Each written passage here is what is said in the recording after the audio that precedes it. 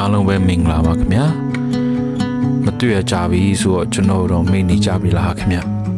မေ့လိုက်နေဦးနော်ကျွန်တော်မှလည်းပြင်ဆင်စရာလေးတွေရုန်းကန်နေရတဲ့အရာလေးတွေရှိနေလို့ပါနောက်ထပ်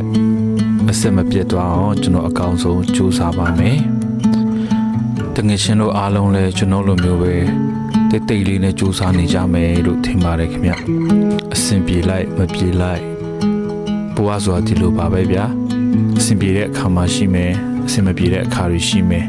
ဒါပေမဲ့ကျွန်တော်တို့လဲကြမသွားဖို့လို့လိုတာပေါ့နော်ဒါကြောင့်ကျွန်တော်တို့လဲကြသွားရင်အကောင်းဆုံးပြန်ထားပြီးတော့မှတူတူစူးစမ်းကြရအောင်ရည်မှန်းထားတဲ့ပန်းတိုင်တွေကိုရောက်အောင်တွားကြရအောင်အားလုံးပဲစိတ်ထဲမကြပဲနဲ့ကိုစီရည်ရွယ်ထားတဲ့ပန်းတိုင်ကိုအရောက်လန်းနိုင်ပါစေလို့ကျွန်တော်ကနေဆုတောင်းပေးလိုက်ပါတယ်ခင်ဗျာအားလုံးကိုကျေးဇူးတင်ပါတယ်ခင်ဗျာ